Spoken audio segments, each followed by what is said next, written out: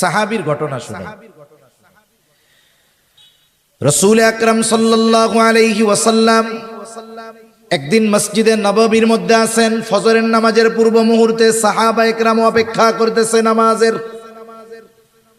হঠাৎ করে নবীজি বলতেছেন, এখন যেই ব্যক্তি দরজা দিয়ে ঢুকবে সে জান্নাতি। এই ঘোষণা যখন নবীজি দিয়েছেন, ঘোষণা দেওয়ার সাথে সাথে সবার নজর চলে গেছে দরজার দিকে।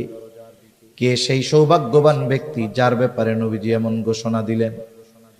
সবাই দরজার দিকে তাকায় আছে।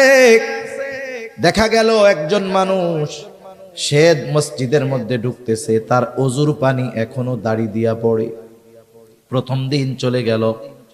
আবার পরদিন নবী ফজরের নামাজের পূর্ব মুহূর্তে আবার বলতেছে, এখন যেই ব্যক্তি দরজা দিয়ে ঢুকবে সে জান্নাতি। আগের দিনের মতো সবার নজর দরজার দিকে।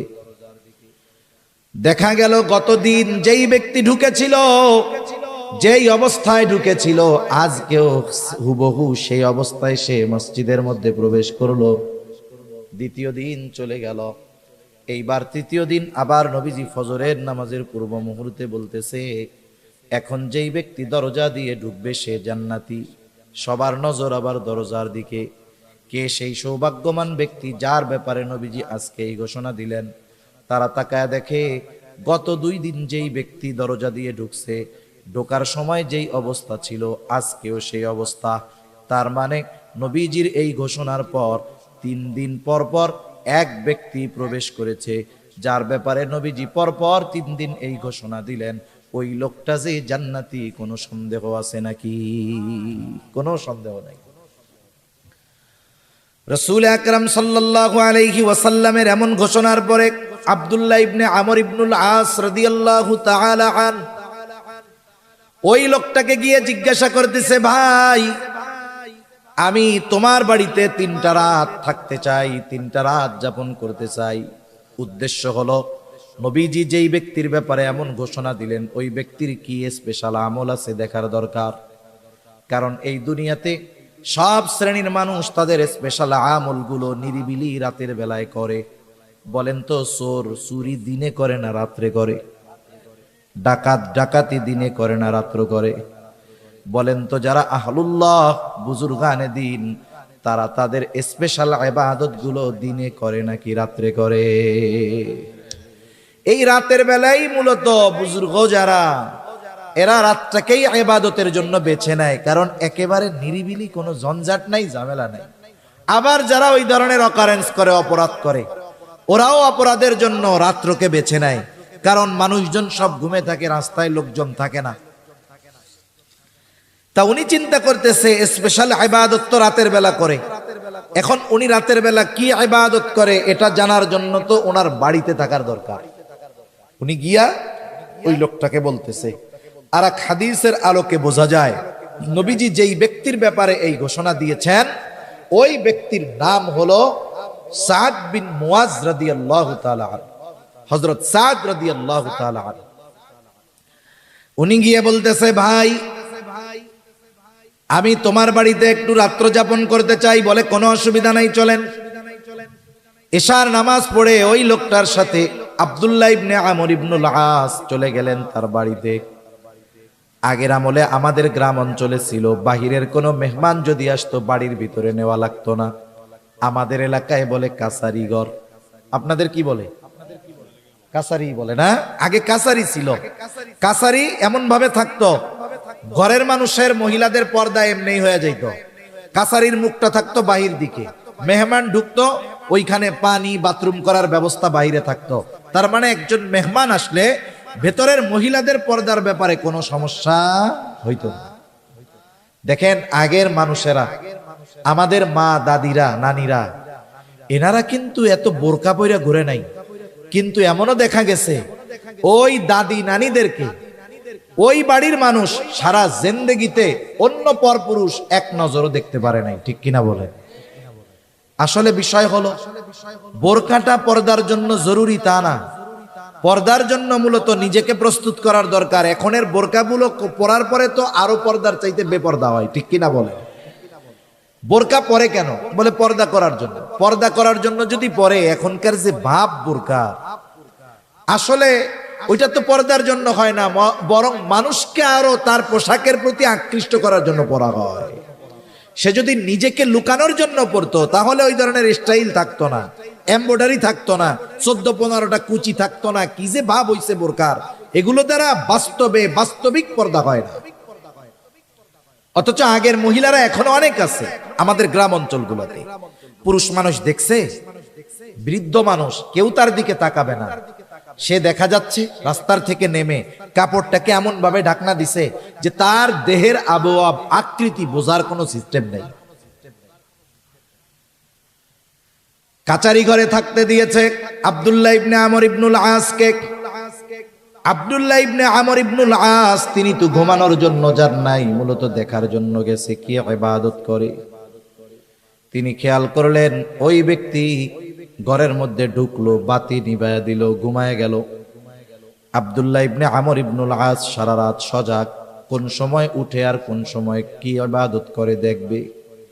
কিন্তু দেখা গেল অপেক্ষা করতে করতে ফজরের আজান হয়ে গেছে, লোকটা ঘুমের থেকে উঠছে মাত্র। আজানের পরে ঘুম থেকে উঠছে, এরপরে জরুরত সারছে, এরপরে সে নামাজের জন্য প্রস্তুত হয়ে গেছে। তার মানে আজ রাত্রে সে কোনো স্পেশাল ইবাদত করে নাই। পরের দিন আবার বলতেছে, ভাই আমি আজকেও একটু সমস্যা, তোমার বাড়িতে থাকতে চাই, থাকতে দিবা না? কি বলে, হ্যাঁ থাকো। এইবার গত দিনের মতো সারা রাত জাগা, দেখে এশার নামাজ পড়ে ঘুমায়, ফজরের আজান দিলে ঘুম থেকে উঠে। 2 দিন পার হয়ে গেল। একটা মানুষ যদি কোনো ধারাবাহিক কোনো কাজ করে, ধারাবাহিক কোনো আমল করে, তাহলে ওই আমলটা পরপর 3 দিন সাধারণত বাদ যাওয়ার কথা না, যেহেতু তার কোনো অসুস্থতা নাই, তার কোনো শগল নাই, ব্যস্ততা নাই, যার কারণে ইবাদতটা বাদ যাইতে পারে। এইবার 3য় দিন আবার বলে, ভাই আজ রাতটাও আমি তোমার বাড়িতে একটু থাকতে চাই। বলে থাকো, কোনো অসুবিধা নাই। ওই রাত্রটাও সারা রাত সে জেগে থাকছে। দেখলো এশার নামাজ পড়ে ঘুমায় গেল, আর ফজরের আজান দিলে ঘুম থেকে উঠলো। এইবার আর নিজের কৌতূহলকে চাপায় রাখতে পারে নাই। আব্দুল্লাহ ইবনে আমর ইবনুল আস ওই লোকটাকে জিজ্ঞাসা করতেছে, ভাইরে তোমার বাড়িতে 3 দিন থাকার কারণ আমার বাড়িতে থাকার জায়গা নাই এটা নয়, বরং এই 3 দিন তোমার বাড়িতে রাত্র যাপন করার কারণ হলো আগে পরপর 3 দিন ফজরের নামাজের পূর্ব মুহূর্তে হঠাৎ করে নবীজি ঘোষণা করতেছে, এখন যেই ব্যক্তি দরজা দিয়ে ঢুকবে সে জান্নাতি। আমরা সবাই তাকায় দেখলাম, কে সে? দেখলাম তুমি দরজা দিয়ে ঢুকছো। এই ঘোষণা পরপর 3 দিন নবীজি দিয়েছেন, পরপর 3 দিনই নবীজির ঘোষণার পরে তুমি দরজা দিয়ে ঢুকছো।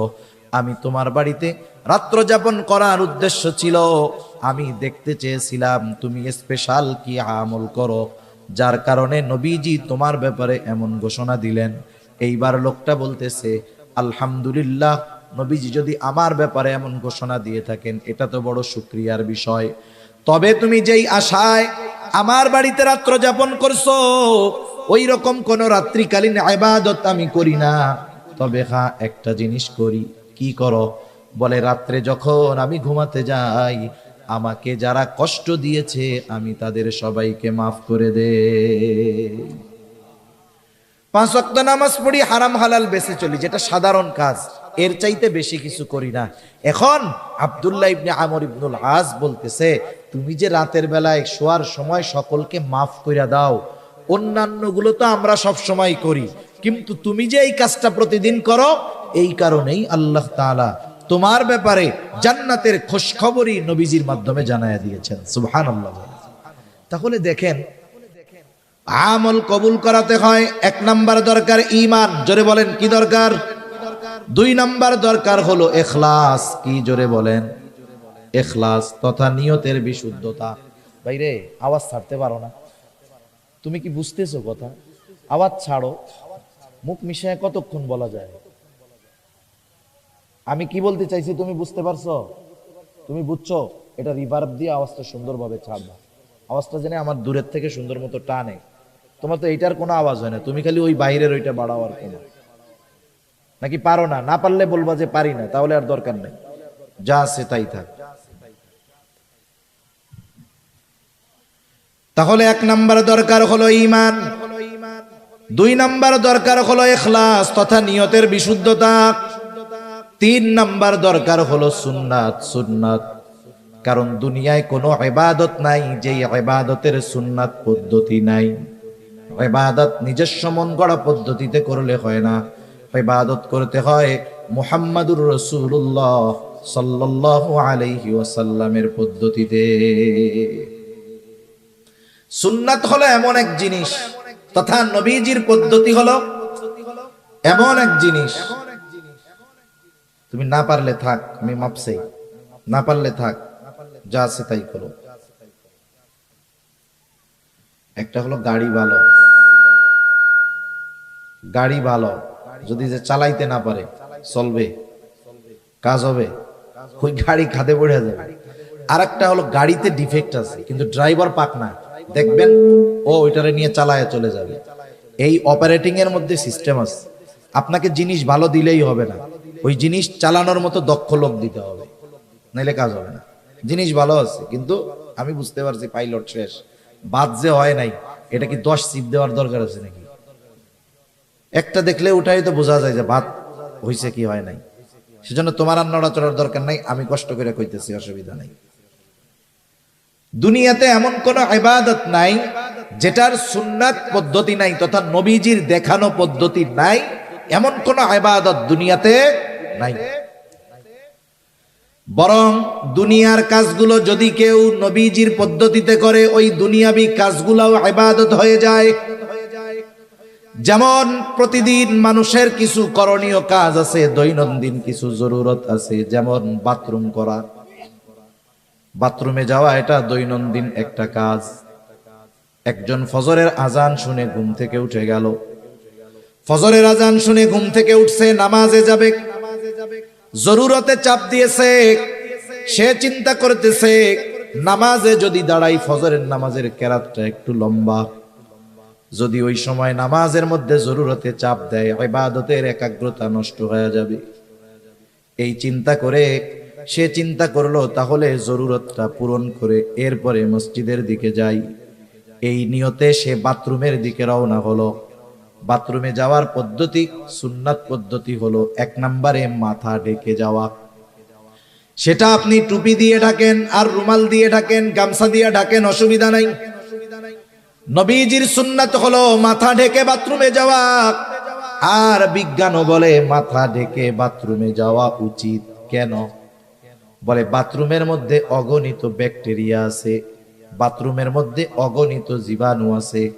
এই মাথার চুল এটা হলো অত্যন্ত সংবেদনশীল। দেখবেন মাথার মধ্যে খুশকি হয়, কিন্তু যার দাড়ি আছে এরা জিজ্ঞাসা করেন তো দাড়ির মধ্যে কখনো খুশকি হয় নাকি? চুলের চাইতে দাড়ি বড়, কিন্তু এই জায়গায় কেন হয়? বলে মাথার স্কিন, মাথার স্কিন যে চামড়া, এইটা বেশি সংবেদনশীল। এজন্য এই চুলও ময়লা টানে বেশি, মাথার চামড়াও ময়লা টানে বেশি। এজন্য যদি মাথা ঢাকা না থাকে, বাথরুমের এই জীবাণু ব্যাকটেরিয়া গিয়ে তার মাথার মধ্যে সমস্যা হতে পারে, চামড়ায় সমস্যা হতে পারে। বিজ্ঞান বলে এই কথা। আর নবীজি 1500 বছর আগে বলে দিয়েছেন বাথরুমে যাওয়ার সময় মাথা ঢেকে যাইবা। সেজন্য বাথরুমে যাওয়ার সময় মাথা ঢেকে যাওয়া সুন্নাত। কথায় কথা আসে তাই একটা জিনিস বলে দেই, আমরা তো এখন সভ্যকে আধুনিককে, যার ঘরের মধ্যে বাথরুম বেশি সে তত আধুনিক, ঠিক না? আপনি বাড়ি বানাইছেন, আগে বাথরুম থাকতো অনেক দূরে, এখন আপনি বাড়ি বানাইছেন, বাথরুম যদি ঘরের মধ্যে না দিয়া বাইরে দেন, মানুষ আপনাকে আধুনিক বলবে না। কিন্তু যদি ঘরের মধ্যে বাথরুম দেন, দেখবেন এটাকে আরো আধুনিক বেশি বলে, ঠিক কিনা বলে? আধুনিকতা কি হইছে? বাইরের বাথরুম ঘরে ঢুকছে, বাইরের পায়খানা কই ঢুকছে? ঘরের মধ্যে ঢুকছে। এই হলো আধুনিকতার নাম। এই বাথরুম ঘরে হওয়ার কারণে আমরা অনেক সময় মেসওয়াক, আমাদের ব্রাশ, এগুলো বাথরুমের মধ্যে রাখি, একটা র্যাকের মধ্যে রেখে দেয়। এখন বাথরুমের মধ্যে যখন থাকে ব্যাকটেরিয়া, জীবাণু থাকে, আপনি ঘুম থেকে উঠে পেস্ট লাগায় ব্রাশ করতেছেন, ওই জীবাণু ওর দ্বারা আপনার পেটে সমস্যা হতে পারে। এজন্য বিশেষ করে মেসওয়াক, ব্রাশ, এগুলো বাথরুমের বাইরে রাখবো তো ইনশাআল্লাহ। এবার আপনি বাথরুমে ঢুকবেন, ঢোকার আগে দোয়া পড়তে হবে। অনেকে জানে না, ঢুইকা এরপরে দোয়া পড়ে। ঢোকার আগে দোয়া পড়বেন, এরপরে বাম পা দিয়ে ঢুকবেন, বাথরুমের মধ্যে বসলেন, জরুরত ছাড়লেন, টিস্যু ইউজ করলেন, পানি দিয়ে পরিষ্কার পরিচ্ছন্ন হইলেন। এরপরে ওযু যদি ভেতরে করার ব্যবস্থা থাকে ওযু করলেন, যদি বাহির হওয়ার দরকার হয় ডান পা দিয়ে বাহির হলেন, বাহির হওয়ার পরে দোয়া পড়লেন। আমি শুধু উল্লেখযোগ্য সুন্নাতগুলা বললাম। একটা মানুষ যদি সুন্নাত তরিকায় বাথরুম করে তাহলে ওই বাথরুম করার মধ্যে তার কমপক্ষে 10টা সুন্নাতের আমল হয়ে যায়। অথচ এই কাজগুলো আমরা দৈনন্দিন করি। আবার দেখেন, প্রত্যেক বেলা খানা খাই, খানা খাওয়ার সময় দস্তরখানটা বিছান, খানার সময় ডান দিক দিয়ে খানা শুরু করেন, খানার শুরুতে বিসমিল্লাহ বলেন, খানার দোষ ত্রুটি না ধরেন, খানাটা পড়ে গেলে উঠায় খান, প্লেটটাকে ভালো মতো চেটে খান। এই যে অনেক সময় আমরা হুজুররা কোনো জায়গায় খাইতে গেলে একটু চাইটা চুইটা খাই, অনেকজন দেখা দেখা কয় কি রে দেখ হুজুর প্লেট না খায় ফেলায়, আল্লাহ জানে। আরে প্লেট তো জান্নাতে গিয়া খামু, এর আগে একটু প্র্যাকটিস করে নি, ঠিক কিনা বলেন? এই যে দেখেন বিজ্ঞান কি বলে, আমি আপনি যখন খাবার পরে আঙ্গুলগুলো চেটে খাই, আঙ্গুলের উপরে ধারালো ধারালো দাগ আছে না নাই? মানুষ মারা যাওয়ার সাথে সাথে এই রেখাগুলো চলে যায়। এটা যখন জিহ্বার সাথে ঘষা খায় দেখবেন একটা লালা হয়, লালা। এই লালাটা কত উপকারী! এই লালাটা আমি আপনি খেয়ে ফেলি যখন, এটা আমার আপনার খাবার হজমের জন্য কাজ করে। সুবহান। আপনি প্লেট চাইটা খাইতেছেন, মানুষ বলতেছে খ্যাত, আমি বলি এটা সুন্নাত। উপকার কি? 1 নাম্বার নবীর সুন্নাত অনুযায়ী খানা খাওয়ার কারণে সওয়াব হইল। 2 নাম্বার, হাত যখন চেটে পুটে খেলাম, এই যে লালা হলো ঘষা লাগার কারণে, এই লালা আমার হজমের জন্য কাজ করবে। সুবহান। ইসলামের প্রত্যেকটা বিষয় মেনে চললে আখিরাতের উপকার তো আছে, দুনিয়ার গুলোও আছে। তবে আমরা দুনিয়াবি কল্যাণের জন্য ইবাদত করব না, ইবাদত করব আল্লাহর জন্য, আর দুনিয়াবি কল্যাণ অটোমেটিকলি আল্লাহ দান করবে। সুবহানাল্লাহ। তাহলে দুনিয়ার কাজগুলো যদি নবীর তরিকায় করা হয়, সুন্নাত তরিকায় করা হয়, ওগুলো ইবাদত হয়ে যায়।